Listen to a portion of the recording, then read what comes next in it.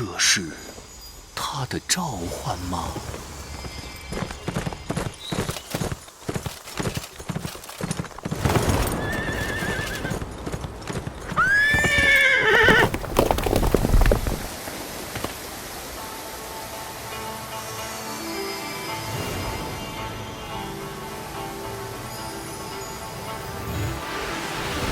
？The spirit of Li Bai, the legendary poet, traverses the four seas.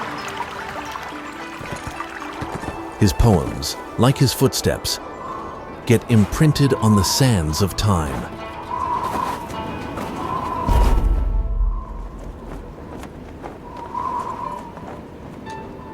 Yet, there is but one city that still lingers in his dreams.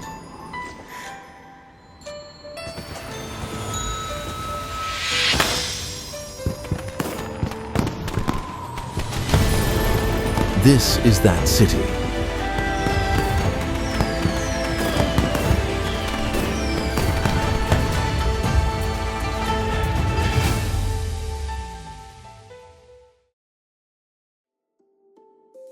Chang'an, which Li Bai longed for, is awakening with the faint light of dawn. Accompanied by the sound of drums, the Mingda Gate slowly opens. Envoys from various countries are preparing to enter the Honglu Temple, following the ceremonial customs of the Tang Dynasty. Representing the vibrant pulse of Chang'an, the smoke rising above the residential wards beckons foreign merchants and their caravans from afar. Amid the bustling crowd, the daylight steadily grows brighter. 对于今天的中国人来说啊，我想一听到长安这两个字，很多人的心中呢都会泛出一层诗意。它不仅是当时唐朝的中心，在同时期的世界上也是首屈一指的大都市。Chang'an was the largest imperial city in Chinese history. It covered 87 square kilometers, an area more than 40% larger than Beijing during the Ming and Qing dynasties. It was the largest city in the world before the Industrial Age, much larger than the imperial cities of the Western and Eastern Roman empires.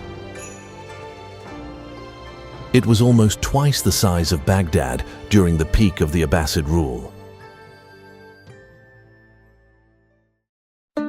At the zenith of the Tang Dynasty, the population of Chang'an swelled to nearly 1 million. Exceptional planning and design was required to manage this remarkable scale of urban life. Chang'an was indeed a masterpiece of urban excellence.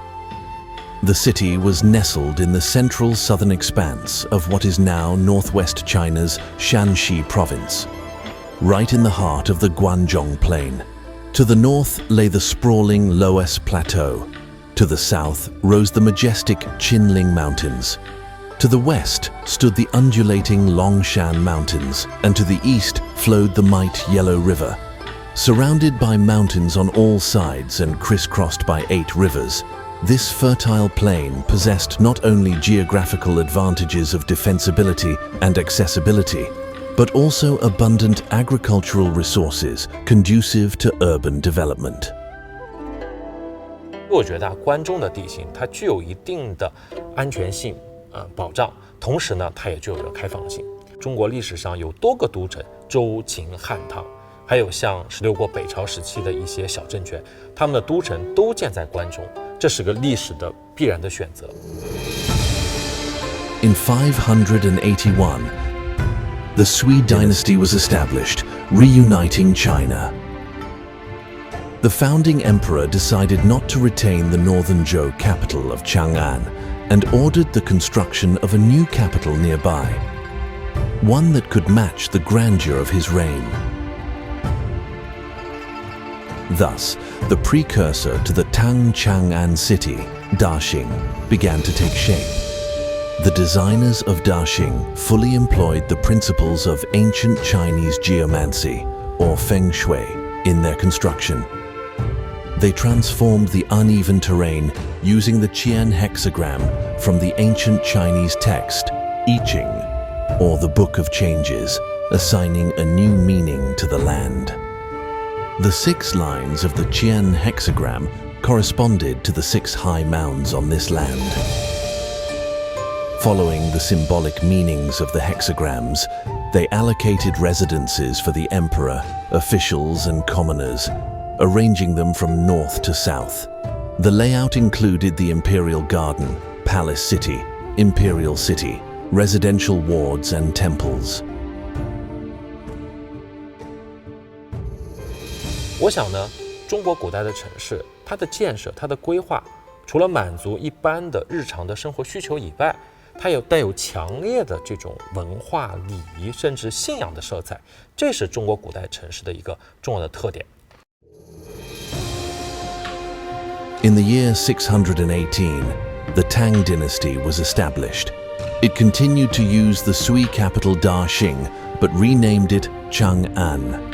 The city was further upgraded and expanded following the planning concepts described in the classic Rites of Zhou, presenting a well-organized layout.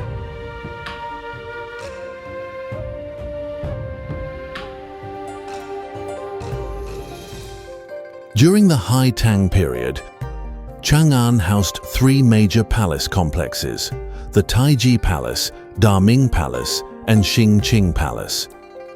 With 25 major streets and 108 wards, along with the east and west markets.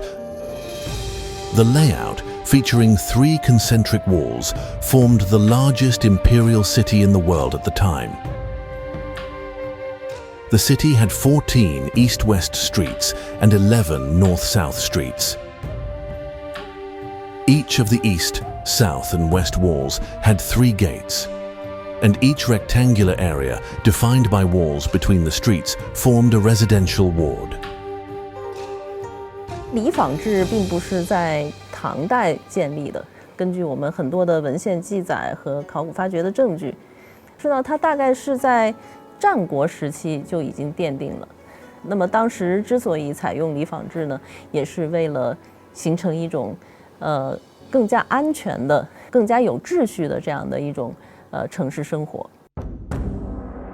Using Zhuque Avenue as the north-south axis, Chang'an was essentially divided into 2 symmetrical halves, with 108 wards neatly arranged on the left and right sides.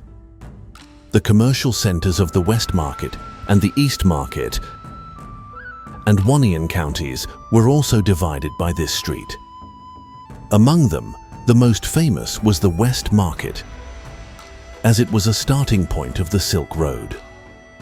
Starting from Chang'an's main west gate and heading west through the Heishi corridor, passing Dunhuang and continuing westward through Central Asia and the ancient roots of Western Asia. Chinese specialties such as porcelain and silk were transported to countries in the Western regions and Europe.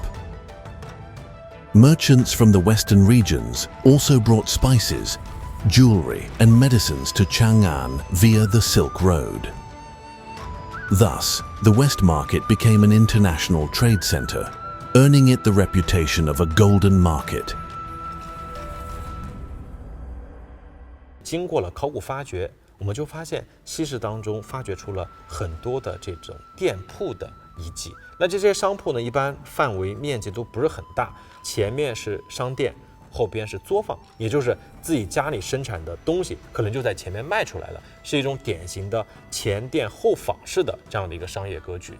长安的西市呢，因为它靠近长安城的西墙，出了西墙往西走就是著名的丝绸之路。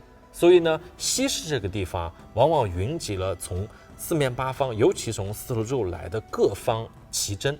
那围绕着西市周边就住了各个国家来的这些商旅们、这些使节。In the east and west markets, goods were displayed in abundance, while temples and pavilions scattered throughout the city attracted streams of visitors. The prosperity of Chang'an was evident, providing a comfortable and leisurely environment for its residents. who found joy in being a part of this bustling metropolis. Scholars and poets naturally fell in love with this paradise.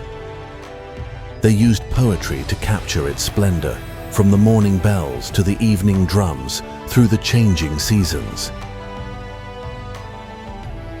Whether in front of the Chang'an Mountain, on the plain of Imperial Tombs, or by the banks of Chuijiang, travelers constantly recorded and celebrated the legends unique to this imperial city. 存在了300多年的长安城，可以说不仅是中国都城规划建设史上的一个奇迹，而且长安城的这样的一个规划格局，不仅对唐朝范围之内的其他城市产生了影响，同时对于海外，对我们熟悉的东邻日本的古代的都城，像藤原京、像平城京，也都产生了影响。Even today, many people prefer to call the city Chang'an, not only in recognition of its illustrious reputation over nearly 3 centuries, but also as a tribute to the most magnificent dynasty in the history of the East.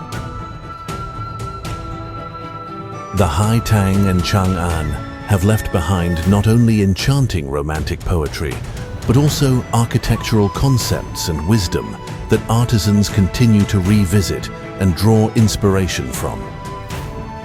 Extending thousands of miles from the Tang West Market, the Silk Road still connects China with the world. Li Bai once wrote, "I long for one in all at royal capital." Just like these profound words of poetry, Chang'an's timeless charm transcends both time and space. It remains to this day an eternal subject of fascination.